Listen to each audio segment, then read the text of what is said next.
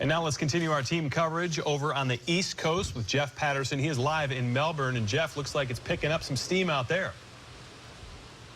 Yeah, good evening, Josh and Stacy. It is starting to pick up the winds here just a little bit. Not much rain so far that we have seen today, but let me tell you what's going on here in Brevard County. Behind me is a barrier island just across the other side of the Indian River.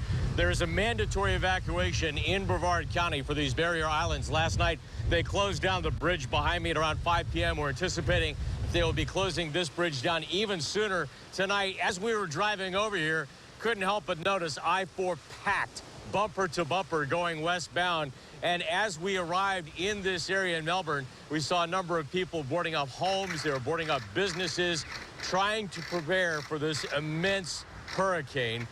We did notice, I have to say this, a disturbing number of people who told us they plan to ride this storm out. Make no mistake about it, if this storm comes on shore, if it's not off of the Atlantic coast here, this is going to be a killer storm. It will be catastrophic damage here, and I don't mean to underplay that in any way. So as I've been talking to people who tell me they're going to stay, I have been urging them to leave town, to get out of town, to protect themselves.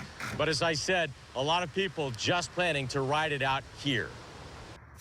I'm certainly concerned with the path of this one, you know, skirting the coast and coming in that close and not really being able to predict if it's going to go to or fro is, you know, a big deal. And that's a game changer. If the thing comes a little bit more towards this coast, you know, we're going to see some sustained winds. Even right here, you know, we'll get the same winds that we'll get at my house.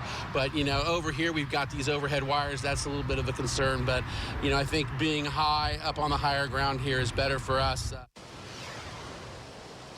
Yeah, that man lives over there on the barrier island. He's going to stay tonight throughout the storm at his business over here on the side of the river that we are on in Melbourne. He plans to ride it out there because he told me that he wants to protect his property. We're just hoping for the best for all of these people. Josh and Stacy. Yeah, we are hearing a lot of that despite the caution and concern from the governor today saying to evacuate. Jeff Patterson live for us in Melbourne right now. Thanks, Jeff.